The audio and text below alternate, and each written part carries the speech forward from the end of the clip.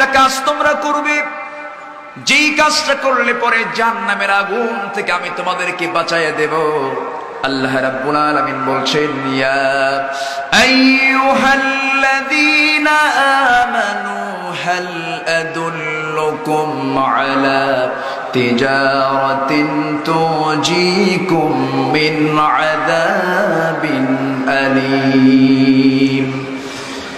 হাল আদুল্লুকুম, আমি কি তোমাদের কেমন একটা বিষয়ের সংবাদ দেব না, যেই বিষয়টা, যে ব্যবসাটা করলে পরে আলা তিজারাতিন, এমন একটা বিজনেসের কথা বলবো না, যেই বিজনেসে তোমরা যদি বিজনেসে জড়িয়ে পড়তে পারো, আল্লাহ পাক তোমাকে জাহান্নামের আগুন থেকে নিষ্কৃতি দিয়ে দেবেন।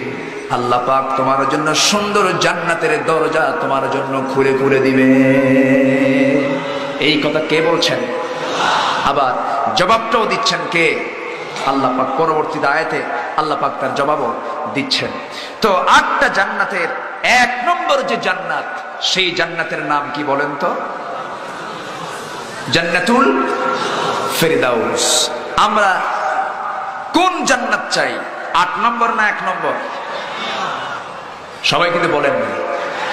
কয় নম্বর জান্নাত চাই? 1 নম্বর। 1 নম্বর জান্নাত যদি পেতে চাই, কাজ কি 2 নম্বর করলে চলবে না, 1 নম্বর করতে হবে? 1 নম্বর কাজই করতে হবে। 1 নম্বর জান্নাত আল্লাহ পাক কোন বান্দাকে দিবেন, কোন আমল করলে পরে?